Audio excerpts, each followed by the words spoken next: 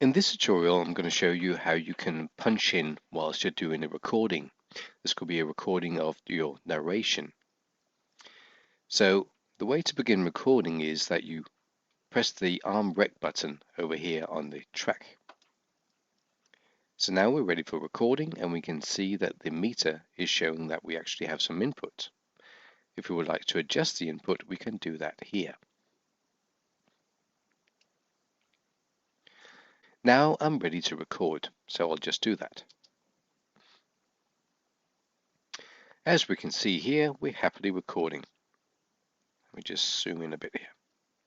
Now, I could be reading from my script and at some point make a mistake, so I would like to go back and punch in. So let's say I've just made a mistake. Now I can stop the recording and rewind, play back the recording here, where I now can listen to the last thing I just said, and when I press record, I will just continue recording. This is what we call punch-in recording. Obviously, you don't need to use the keys down here. You can also use the shortcuts.